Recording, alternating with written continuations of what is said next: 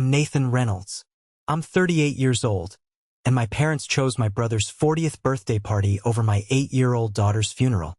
Before I tell you about the $5 million loan I canceled that destroyed their business and their lives, do me a favor and let me know where you're watching from in the comments below. It helps to know I'm not just talking into the void. The phone felt unnaturally cold in my hand, a heavy, dead weight.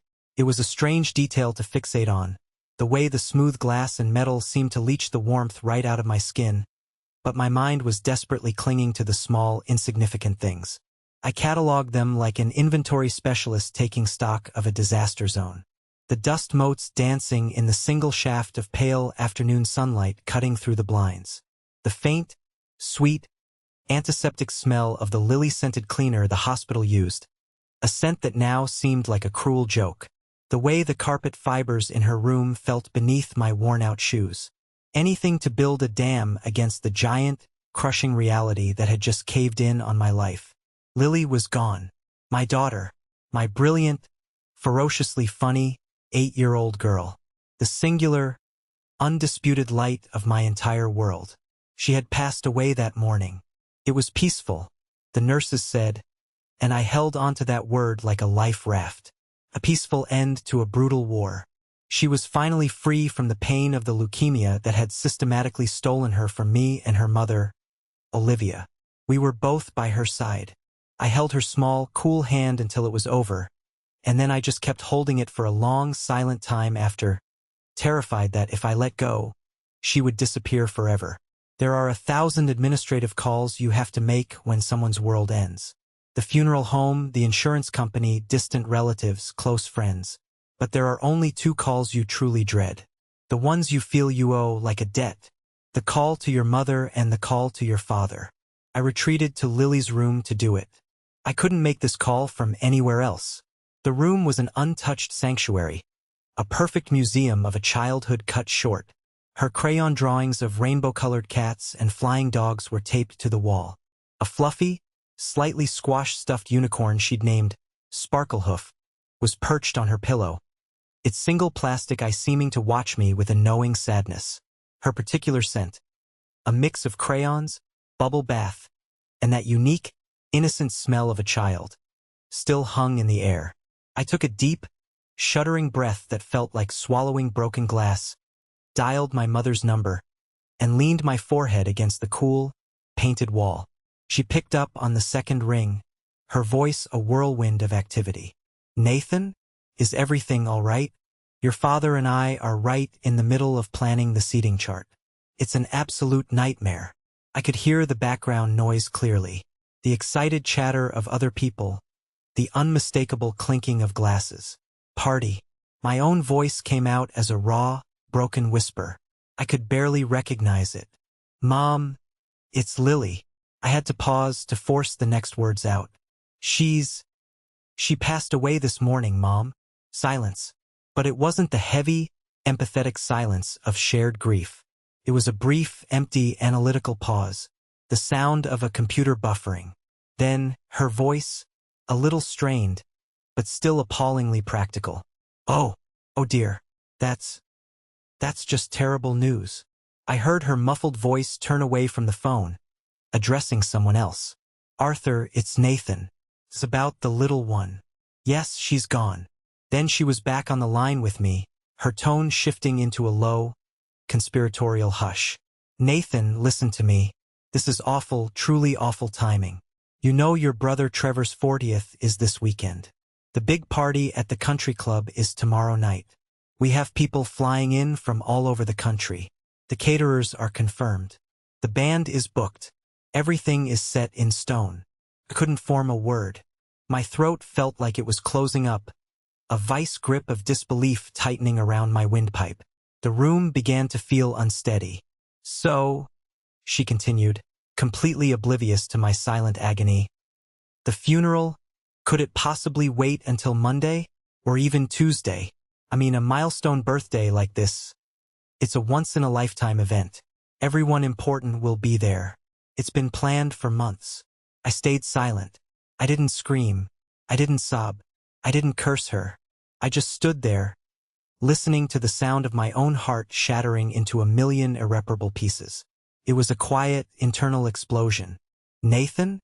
Are you still there? Did you hear me?" Her voice held a note of impatience now. I slowly pulled the phone away from my ear, my thumb hovering over the bright red end call icon. It looked like a drop of blood on the screen. I pressed it. The line went dead. And in that moment, in the suffocating silence of my daughter's empty room, I felt the last vestiges of the dutiful son I had always tried to be wither and die. And in its place, something else, something cold and hard and terrifyingly clear, was born.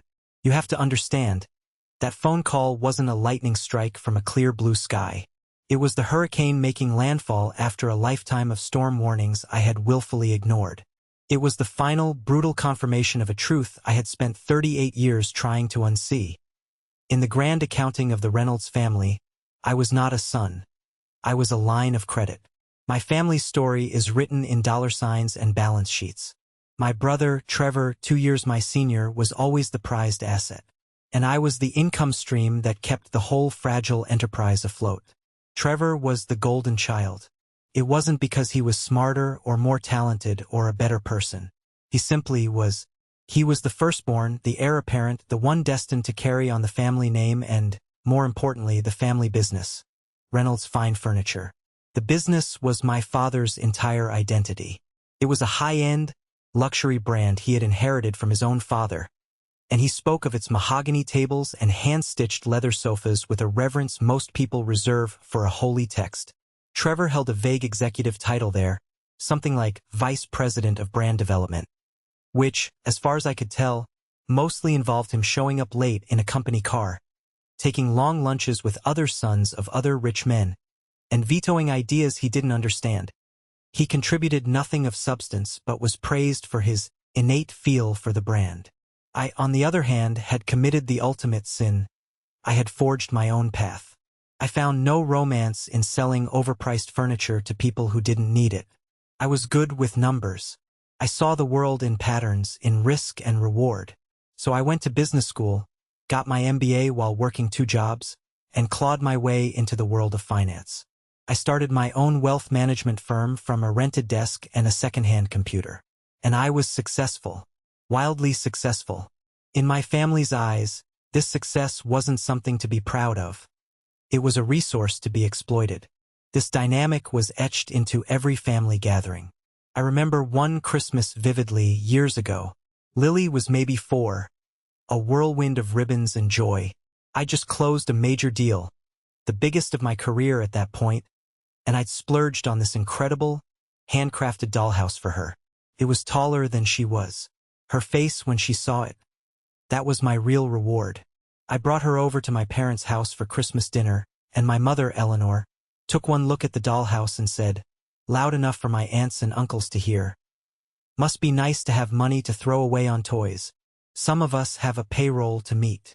The comment hung in the air, a stink bomb of passive aggression.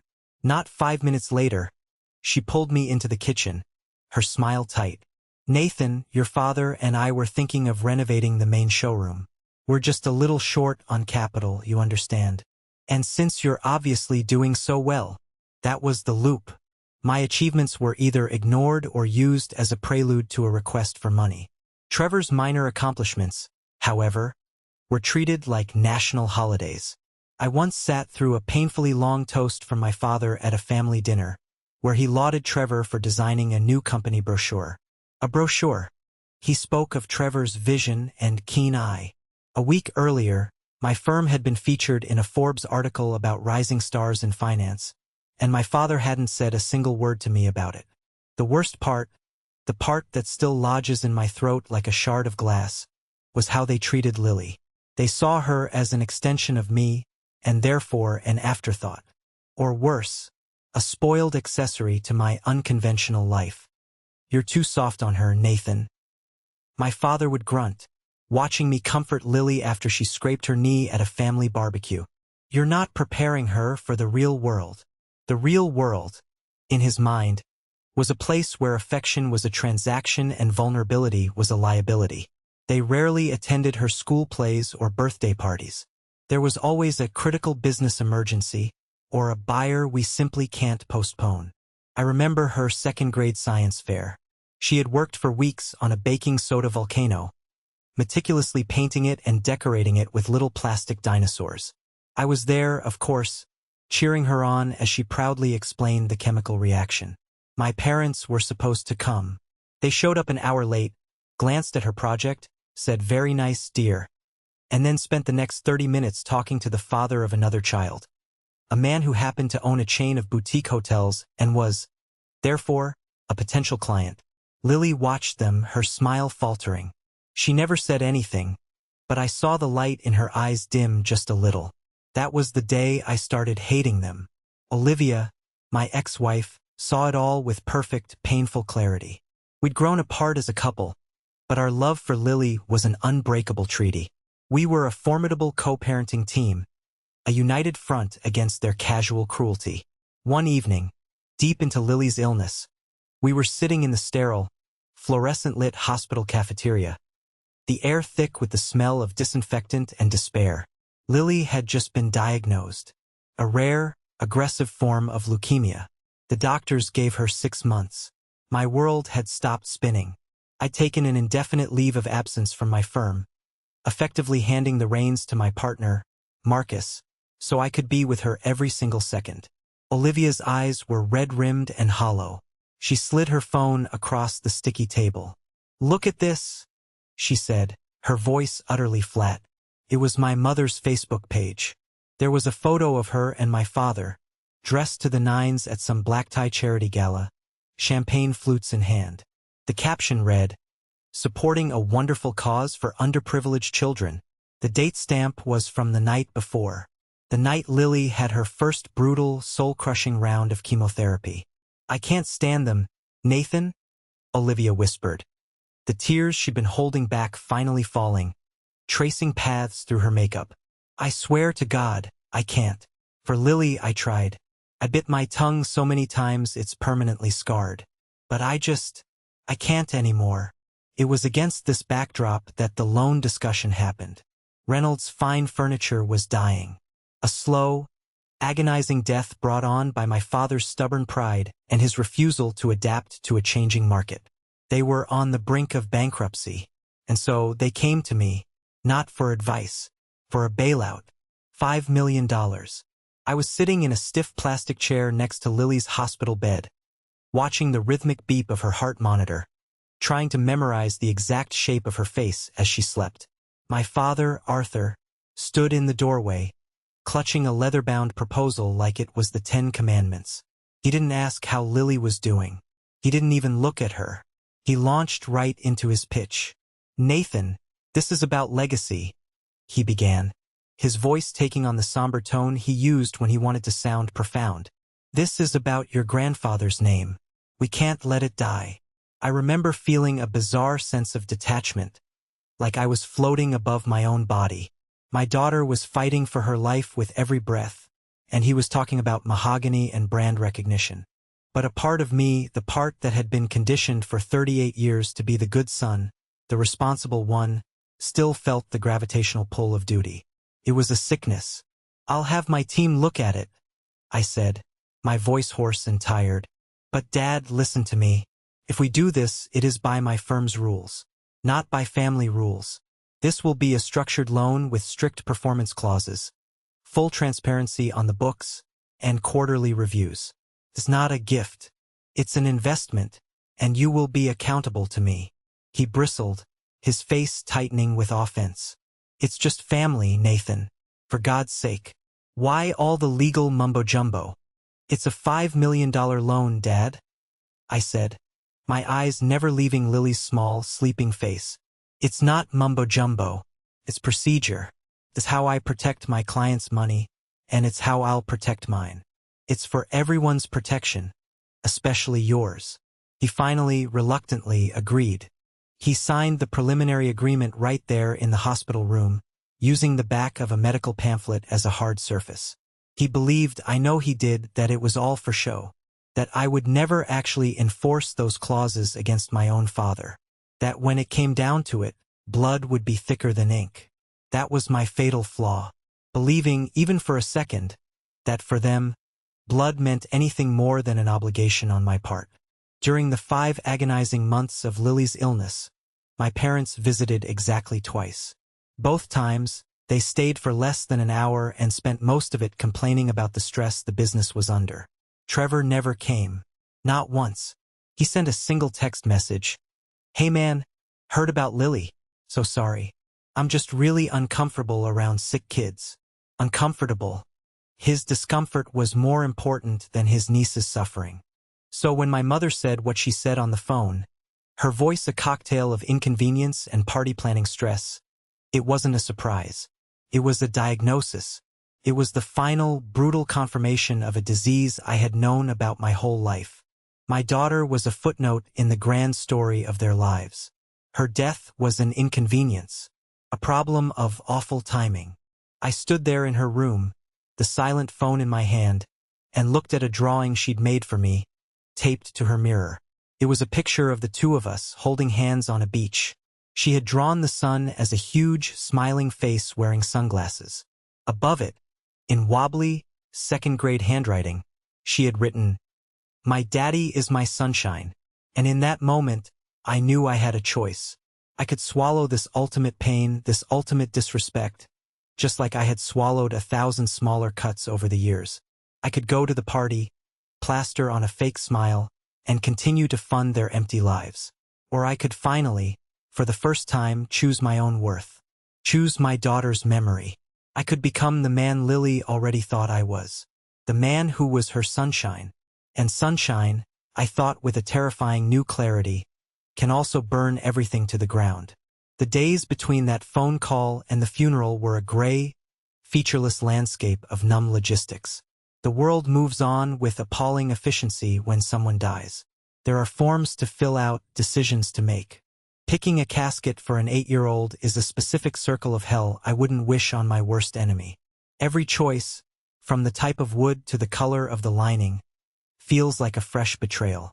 How can you choose a box for your child's dreams? Olivia was a rock. Her grief was a mirror of my own, but she channeled it into action. A fierce, protective energy focused on honoring Lily. My business partner and best friend, Marcus, simply showed up at my house the morning after Lily passed and took over my life. He was a big, broad-shouldered man, and he physically placed himself between me and the world. He answered the constantly ringing phone, his voice a calm, deep barrier. He dealt with the caterers for the reception, ordered flowers, and deflected the well-meaning but exhausting inquiries from relatives. "Have you heard from them?" he asked quietly one afternoon. We were in my study, a room that felt too big and too quiet, trying to select photos for a memorial slideshow. The task was gut-wrenching. Every picture was a ghost.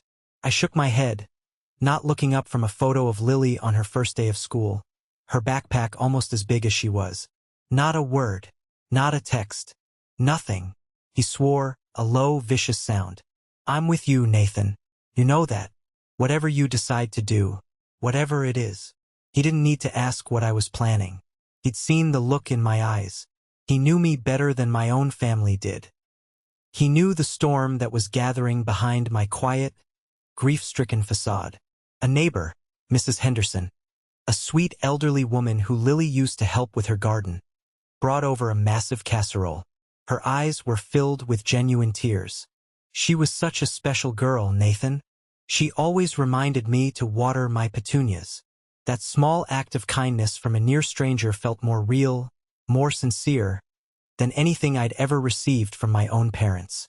It was a stark reminder of the difference between the family you're born with and the family you build.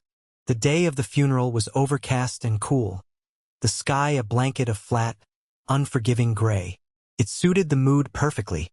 The church was filled to capacity. So many people. Lily's entire second-grade class was there. A row of small, confused faces in their Sunday best, clutching tissues.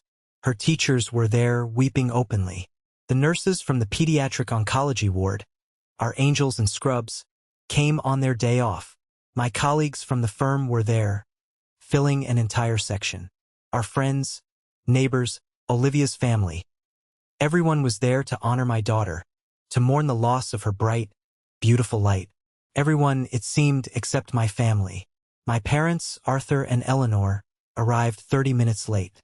They slipped into a back pew just as Lily's teacher, Ms. Albright, was beginning her eulogy.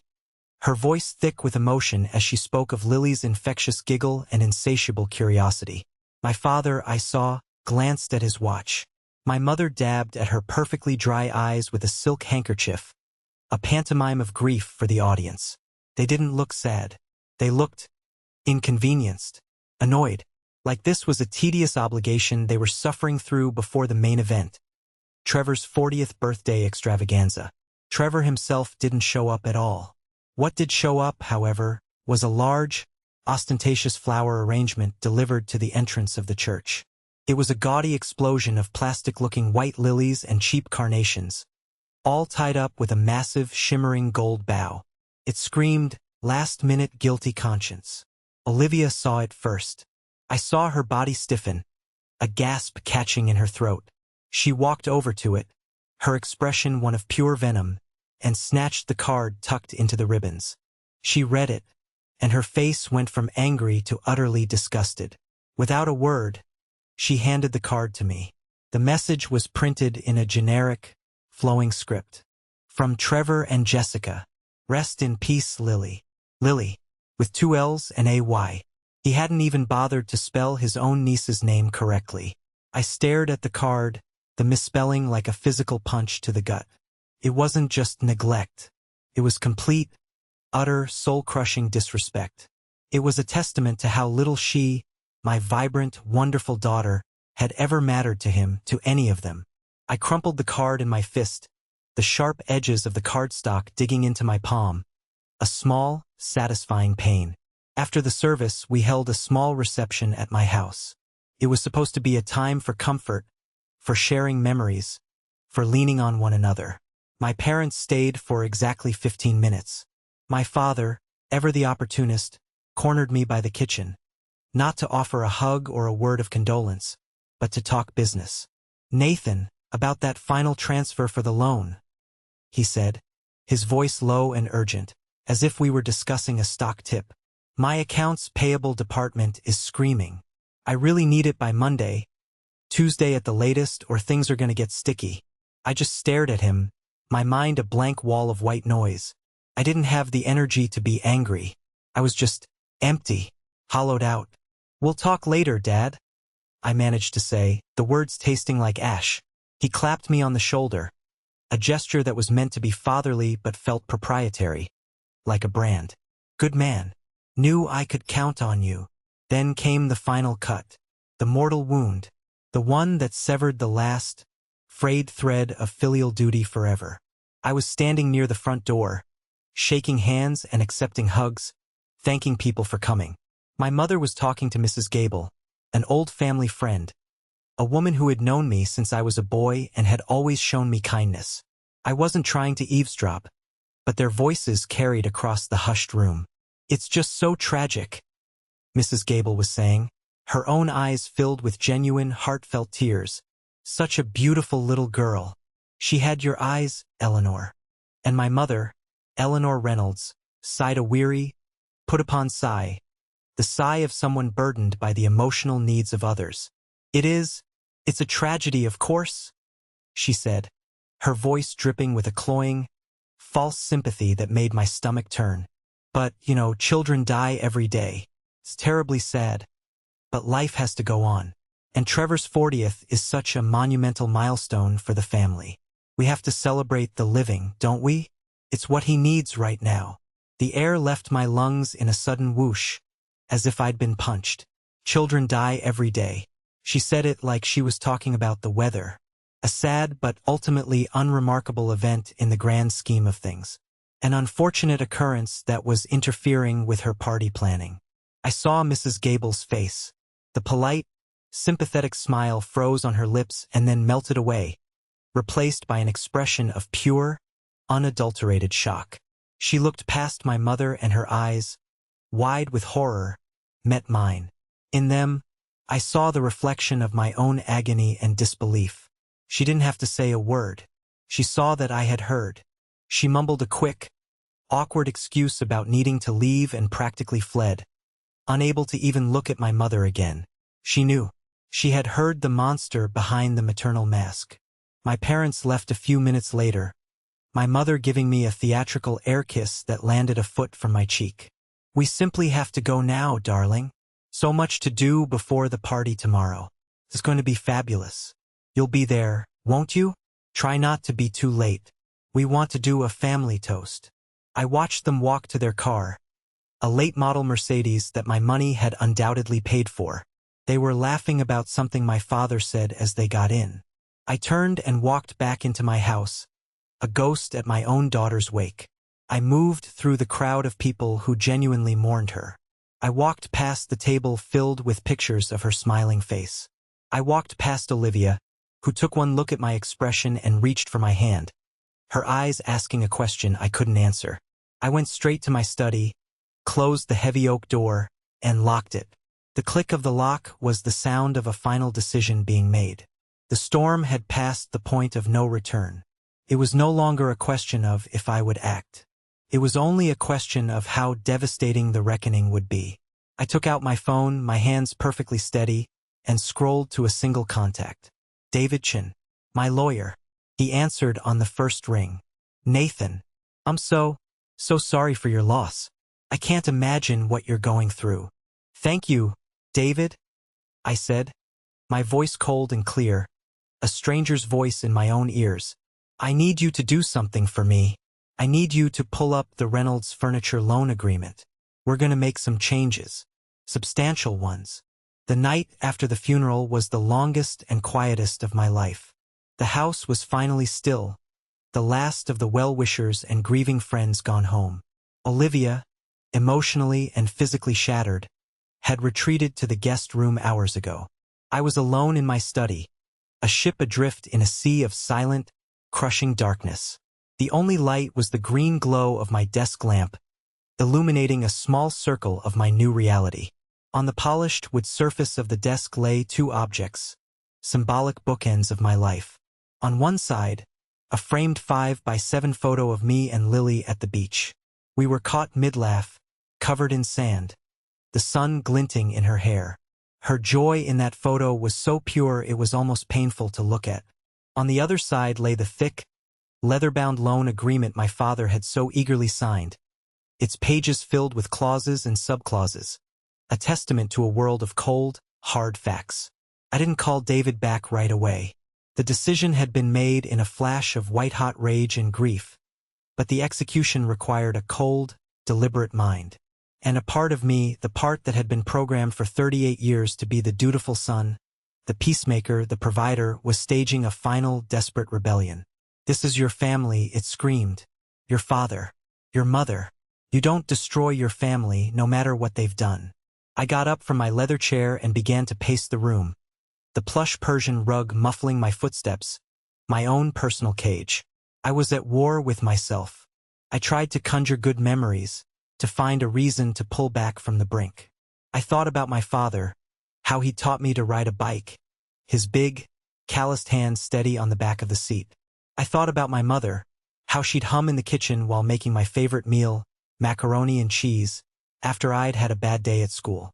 But the memories felt thin, like faded photographs, and they were quickly crowded out by others. The memory of my father telling me my finance degree was a waste of a good mind that could be selling furniture.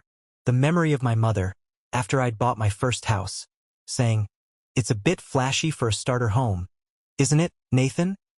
Always with the subtle dig, the constant, low-grade disapproval. I went to my bookshelf and pulled out an old photo album. I flipped through the stiff, plastic-covered pages. Christmas 2010. Thanksgiving 2014. Trevor's lavish wedding, which I had largely paid for. In every picture, I saw the same undeniable pattern. My father with his arms slung proudly around Trevor. My mother looking at Trevor with an expression of pure, unconditional adoration. And me, slightly off to the side, sometimes holding the camera, always the observer, the background character who funded the main story. I stopped at a photo from Lily's 5th birthday party. She was in the center, a princess dress on, a smear of chocolate frosting on her cheek, eyes wide as she blew out the 5 candles on her cake. And there, in the background, were my parents. They weren't looking at her. They were talking to each other, their expressions bored, already disengaged. I remembered with a fresh pang of anger that they had left right after the cake was cut. They had a prior commitment, a dinner with a potential client. The war inside me ended. The rebellion was crushed. There was no more conflict. There was only a quiet, resolute, and terrifying calm. This wasn't about revenge. Revenge was a hot, messy emotion. This was about justice. It was about rebalancing the scales that had been tipped against me, against my daughter, for our entire lives. The next morning, after a sleepless night, I called Marcus. "You're quiet," he said, skipping the pleasantries. He knew me too well. "What's going on in that big, scary brain of yours?" "I'm going to do it, Marcus," I said. "I'm burning the whole thing down." There was a thoughtful pause on the other end of the line. "Are you sure, man?" he asked, his voice serious, not questioning my decision but testing its foundation. "I'm with you 100%, you know that. But this is the point of no return. Think about the holidays, Nathan. Christmas, Thanksgiving. It's all gone after this." I looked at the picture of Lily on my desk. "What holidays, Marcus?" I asked, my voice devoid of sentimentality. "The ones they skipped to have a business meeting? The ones where I paid for everything and got a lecture about spoiling my child in return? They were gone a long time ago. I just didn't want to admit it." He was quiet for a second. Then he sighed, a sound of grim acceptance. "All right, I get it. What do you need from me?" "Just to know you've got my back when the shrapnel starts flying." "Always," he said, and that was all I needed to hear. I spent the next hour on a conference call with my firm's top legal and financial analysts. I was methodical, precise. I had them pull up the Reynolds furniture accounts, the ones they'd been forced to provide under the loan agreement's transparency clause. We went over every line item. At first, we found what I expected: sloppy accounting, over-leveraged assets. But then we found the kill shot. "There," I said, pointing my team to a specific wire transfer dated just 2 days after the initial seed funding from my firm had been deposited. $50,000. The agreement earmarked that for a down payment on a new German CNC machine. "Where did it go?" one of my analysts asked. "Cross-reference it with their outstanding payables from the previous fiscal quarter," I instructed. A few moments of furious typing, and then the analyst's voice came back, tinged with excitement. "Got it. It was a wire transfer to a fabric supplier in Italy. It paid off an invoice that was 180 days past due. It was a clear, undeniable material breach of contract. It was the crack I needed to break the entire dam wide open. Then, and only then, did I make the final call. "David," I said when my lawyer picked up. My voice was steady, the voice of a CEO making a calculated business decision. "Nathan, I've been waiting for your call. What's the word?" "Pull up the Reynolds furniture loan agreement," I said. "We're executing clause 7.2, breach of good faith. And we're citing a material breach of contract under clause 4.1, misappropriation of funds. I want the full $5 million line of credit terminated. I want the agreement voided, effective immediately." David whistled softly on the other end of the line. "That's a kill shot, Nathan. A public execution. You know that, right? They won't recover from this." "I know," I said. "And David, I need you to start the paperwork for a new entity. A non-profit charitable foundation." "Okay," he said, his voice shifting, becoming intrigued. "What's the name?" I looked at Lily's smiling face, her eyes full of life and light. "The Lily Reynolds Foundation," I said, my voice thick with emotion for the first time that day. "And I'm endowing it with an initial $10 million from my personal accounts. Its mission will be to fund research into rare childhood cancers and to provide direct financial support to the families of sick children, so they never have to choose between their job and their child." There was a long, respectful silence from David's end. When he finally spoke, his voice was filled with a new level of admiration. "Consider it done, Nathan. Godspeed." I hung up the phone. The weight of a lifetime of thankless obligation, of being the family fixer, of being the ATM, lifted from my shoulders. I wasn't just grieving anymore. I was fighting back. I was taking their tarnished legacy of wood and varnish and debt, and I was transforming it into a legacy of hope. A legacy worthy of my daughter. 3 weeks passed. 3 weeks of a profound, unnerving silence from my family. It was the eerie calm before a hurricane.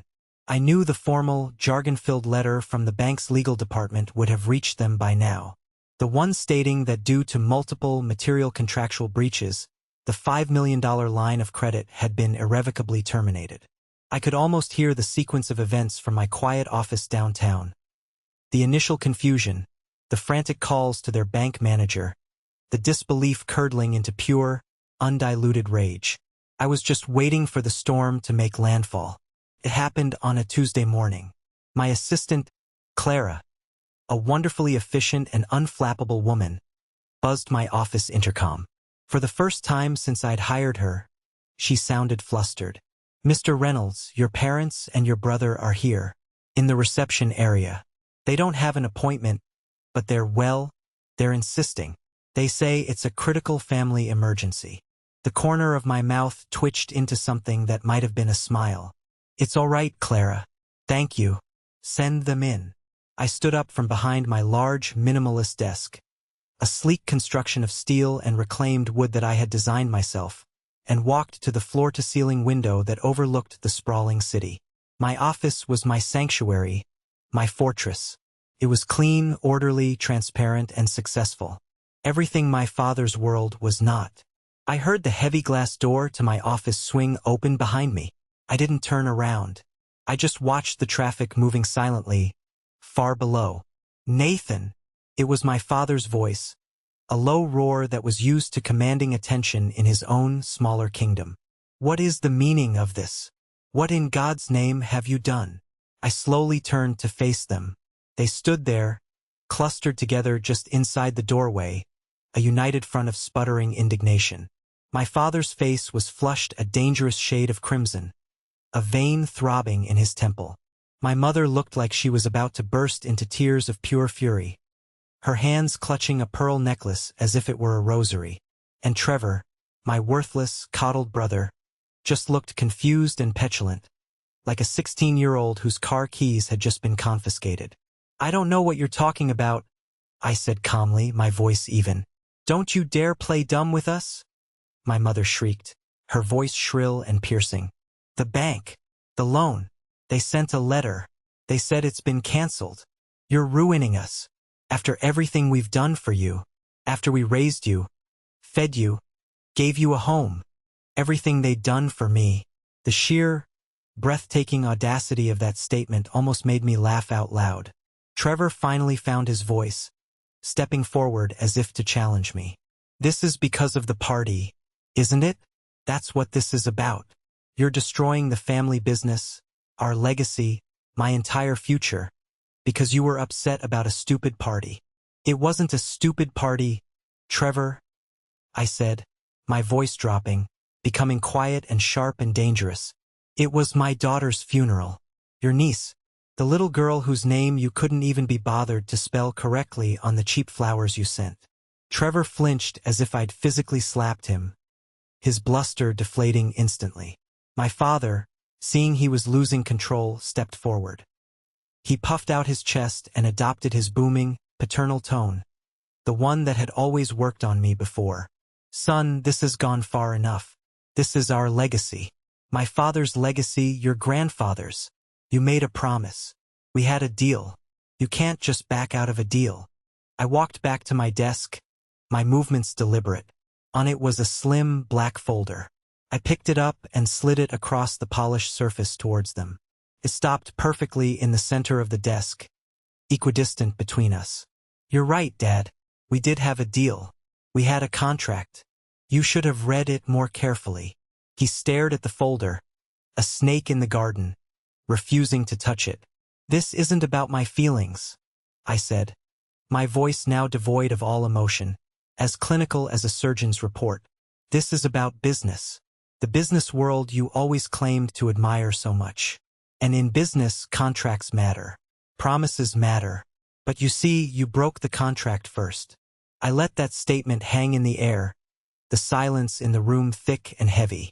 Let me refresh your memory, I said, turning to the large monitor on the wall behind my desk.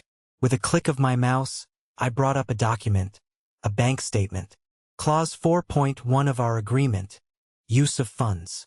It specified that the initial $50,000 seed funding was to be used exclusively as a down payment on new equipment, specifically a Hebrock CNC machine, to improve production efficiency. I clicked again, and a wire transfer confirmation appeared on the screen, highlighted in red. My team, however, found that those funds were wired 2 days after receipt to a fabric supplier in Milan. The payment was for an invoice that was, at the time, 187 days past due. A debt incurred long before our agreement was even signed. I turned to face him. You'd call this creative accounting in your boardroom, Dad. In a court of law, it's called fraud. My father's face went from red to a pasty, sickly white. My mother let out a small, strangled gasp. And then, I continued relentless. There's the more nuanced breach. Clause 7.2. Good faith and fair dealing. It's a standard legal principle that implies both parties will act in a way that doesn't undermine the spirit or benefit of the agreement for the other party. I leaned forward slightly, resting my hands on my desk. I would argue, and I believe any judge in this country would agree, that asking the man who is providing the $5 million lifeline to your failing company to postpone his own child's funeral so you can throw a lavish birthday party for your other, non-contributing son, I would say that falls squarely into the category of acting in bad faith.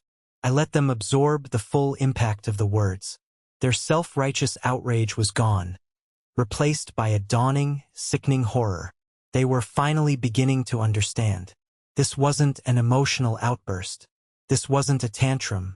This was a strategic, legally sound execution. So the loan isn't canceled, I said, the word dripping with contempt. It's void.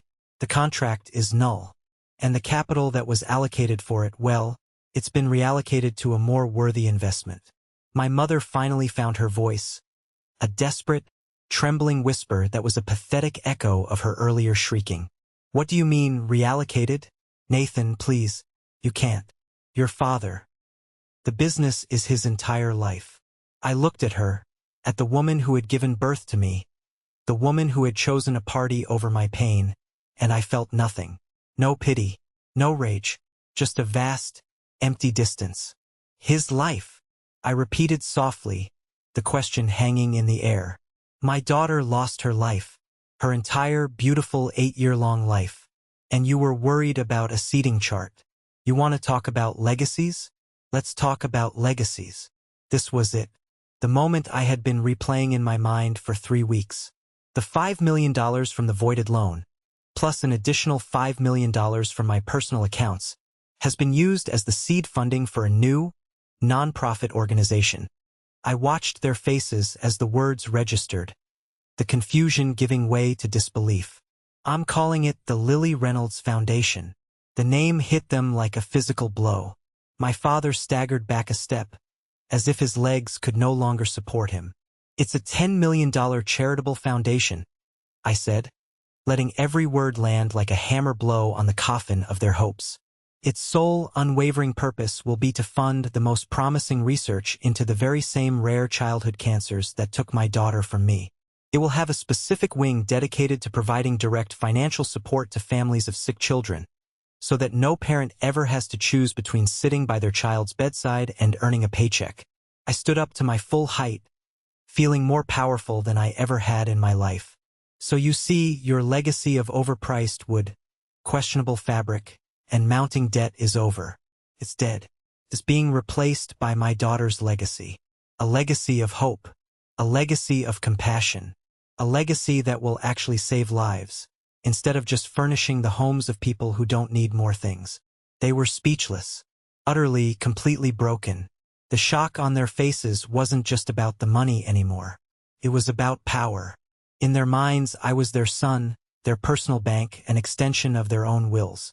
They had never once stopped to consider that I was an entity unto myself, a king in my own kingdom, and that my resources, my loyalty, and my love were not their birthright to be endlessly withdrawn without ever making a deposit. They had taken it all for granted. And now the account was closed. They just stood there, gaping, as the truth of their new reality crashed down around them in the silent, sunlit office. They hadn't just lost a loan. They had lost the son they never knew, and the future they thought was guaranteed. The immediate aftermath of the confrontation was a pathetic, predictable flurry of desperation. The raw fury they'd shown in my office evaporated the moment they were outside its intimidating glass walls, replaced by the time-honored tactics they'd always used when their backs were against the wall: emotional manipulation and guilt. My mother, Eleanor, launched a campaign of tearful voicemails. I didn't listen to them, but the transcriptions that popped up on my phone told the story. "Nathan, how could you do this to your own family? We raised you, we loved you. You're breaking your father's heart. He won't even come out of his study." Each message was a masterclass in self-pity, framing them as the victims and me as the cold, heartless aggressor. There was never a single word of apology, not a hint of acknowledgement for their own monstrous behavior. My father, Arthur, tried a more strategic approach. He sent long, rambling emails not from his company address, which I had blocked, but from an old personal account. They were filled with justifications, appeals to the duty of a son, the sanctity of family, long diatribes about how business is a tough world and sometimes you have to make hard choices for the greater good. He was trying to rewrite history, to frame his callous disrespect as a necessary casualty of his noble ambition. I had already set up a rule in my inbox. Any email from any known address of theirs was forwarded directly, unread, to a folder that David, my lawyer, would review for potential threats. I was building a wall around my life, brick by digital brick. The most infuriating contact came from Trevor. But he didn't call or text. He showed up, unannounced. It was about a week after the office confrontation, late on a Thursday evening. I was at home, sitting in the quiet living room, a glass of whiskey untouched on the table beside me, trying to read a book, but mostly just staring at the words without comprehending them.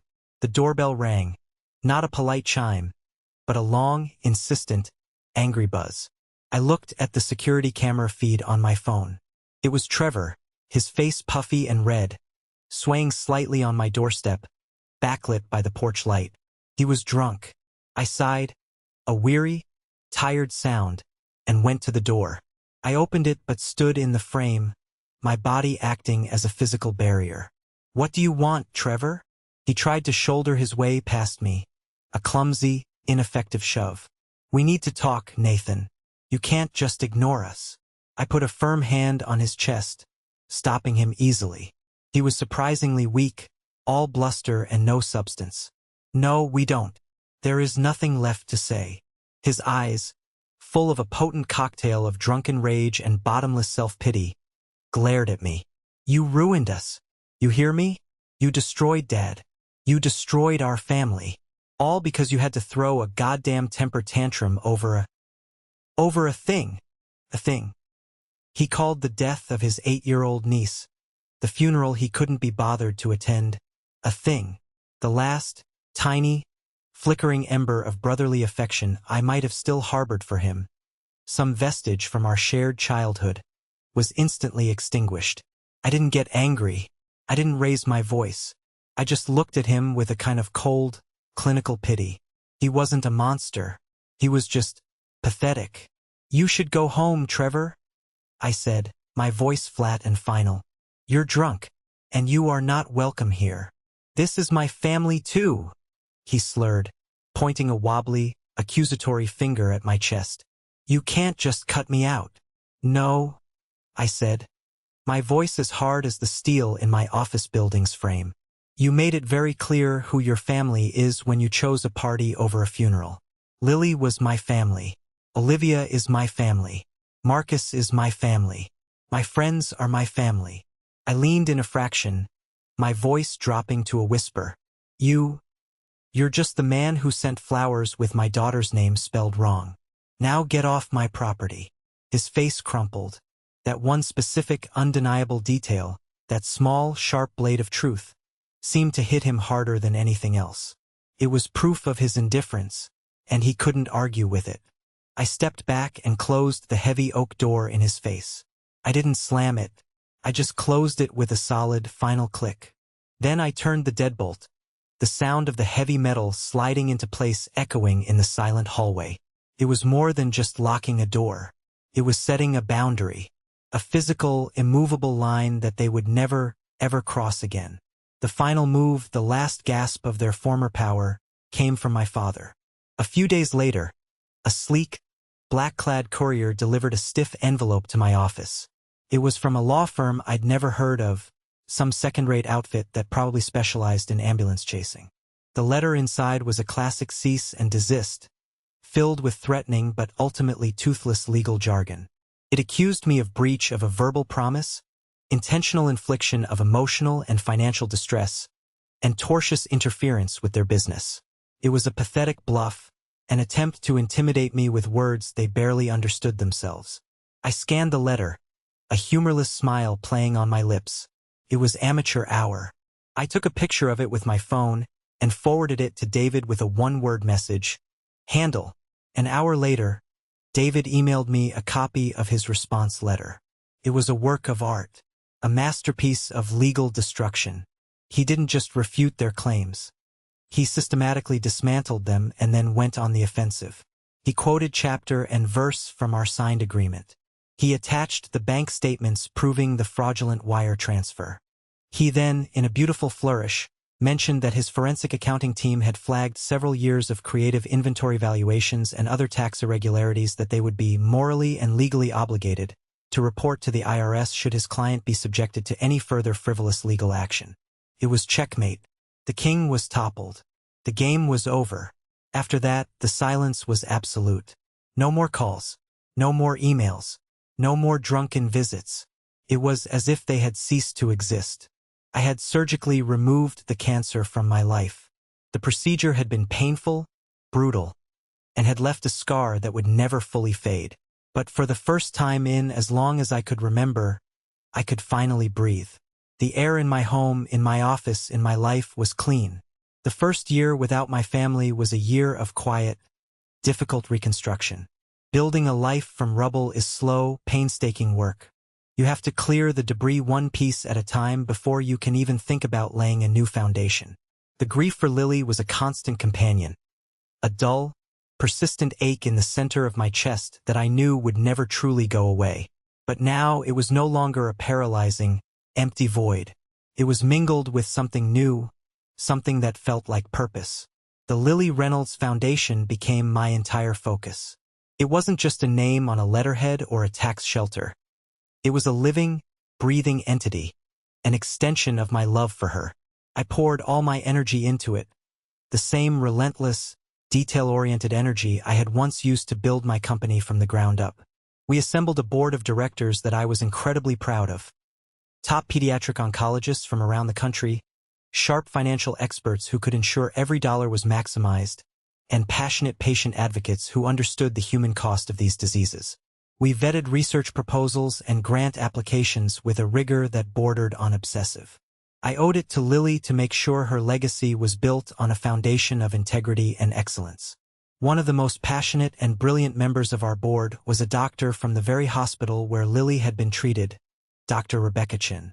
She was a leading researcher in rare hematological cancers, and she spoke about her work not with dry, academic detachment, but with a fire and a raw compassion that I found myself deeply drawn to. Our interactions were, for a long time, strictly professional. We would have long, intense debates over the viability of a certain clinical trial or the most effective way to structure a financial support program for families struggling with hospital bills. In those meetings, in those late-night emails hashing out the details of a grant, I discovered a different kind of partnership. It was one built on a bedrock of shared values, on a mutual, desperate desire to make a tangible difference in a world that could be unspeakably cruel. It wasn't about romance. I wasn't ready for that. It was about respect, a deep, abiding respect for her mind and her heart. For the first time in a very long time, I felt seen and valued for who I was and what I cared about, not for what was in my bank account. It was a quiet, slow-burning connection, a small, steady flame in the lingering darkness. We had one particularly difficult case. A family from Ohio whose son had the same rare leukemia as Lily. Their insurance had denied coverage for a new experimental treatment. The foundation's board was meeting via Zoom to discuss it. The cost was significant. Rebecca made the case. She spoke about the boy, his family, the science behind the treatment.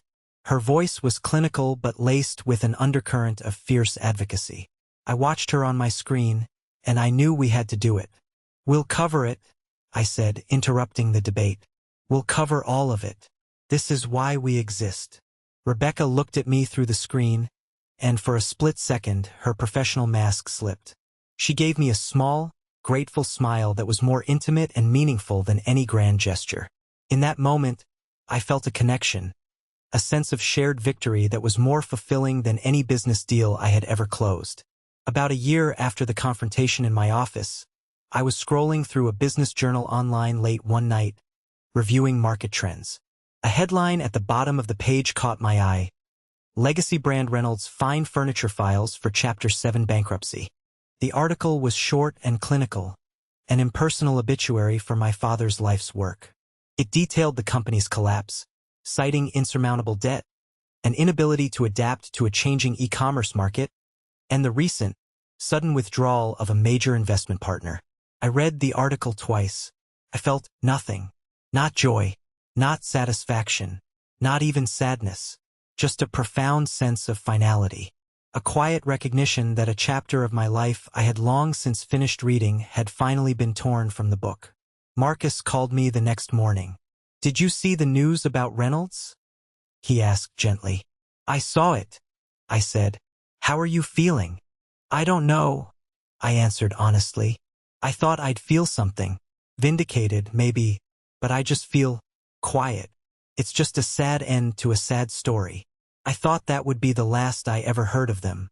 The final, definitive end. I was wrong. The truly desperate don't know when to stop digging." A week later, I got a call from David, my lawyer. "Nathan," he said, and I could hear the utter disbelief in his voice, even over the phone. "I just received the most creative proposal I have ever seen in my 25 years of practicing law. It's from your father's new attorney. I felt you needed to hear this one verbatim." I braced myself, leaning back in my office chair. "Go on." "Apparently," David said, and I could picture him shaking his head in his downtown office. "Their new grand strategy is this. Trevor, it seems, has committed a rather significant amount of insurance fraud over the years, filing false claims for damaged inventory that was never actually damaged. Their proposal is for your father to reluctantly and with a heavy heart turn his own son, Trevor, into the authorities." I was silent, absorbing the vileness of it. David continued, "They believe the potential insurance settlement from the fraud investigation would be substantial. They want to use that money combined with a new investment from you. They are suggesting a modest $3 million this time to start a new, leaner furniture company. And," David paused for dramatic effect, "as a sign of their good faith, they are offering to make you the CEO and majority shareholder." I was speechless. I leaned back in my chair, staring at the ceiling, a bitter, hollow laugh escaping my lips. It was the ultimate betrayal, the final, disgusting checkmate move in their own sick game of emotional chess. They were willing to sacrifice their golden child, to literally throw him in prison, if it meant getting back on my payroll. It was the final, irrefutable proof that their only real loyalty was to money. Trevor wasn't their son. He was just another over-leveraged asset to be liquidated in a bankruptcy sale. "Nathan? You there?" David asked. "I'm here," I said, my voice dangerously calm. "David, I want you to reply to that letter with 2 sentences.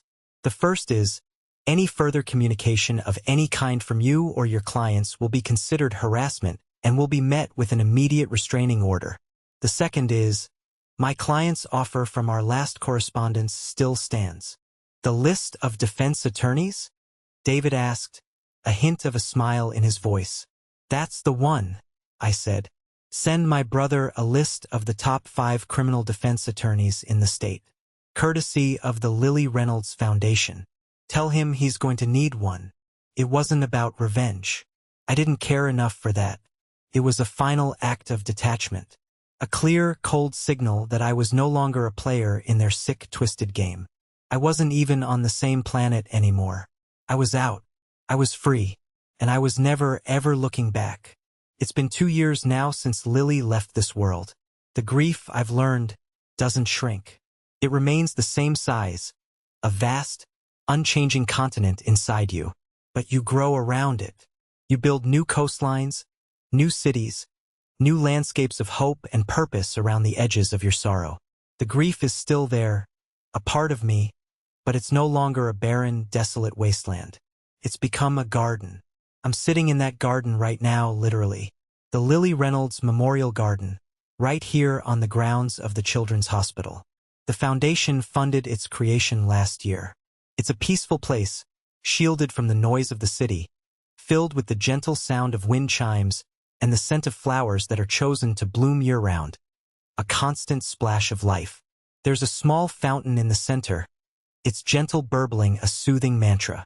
It's a place for parents to sit and breathe for a moment, for kids attached to 4 poles to feel the sun on their faces, for a moment of peace in the middle of a terrible storm. On the simple wooden bench where I'm sitting, there's a small brass plaque. It doesn't say donated by. It just says, for Lily, who loved sunshine. A research proposal rests on my lap. It's from a brilliant team in Boston, a promising novel approach to gene therapy. It's a long shot, as all of them are in the beginning. But it's a shot. It's a flicker of light in the darkness. The Foundation's board approved the funding last week. I reread the summary, and I feel a quiet sense of rightness, of purpose. I hear footsteps on the gravel path. I don't have to look up. It's Rebecca. She comes and sits on the bench next to me, not saying a word. She doesn't need to. She just sits, a quiet, comforting presence, sharing the silence. We're not dating, not in the traditional sense of the word.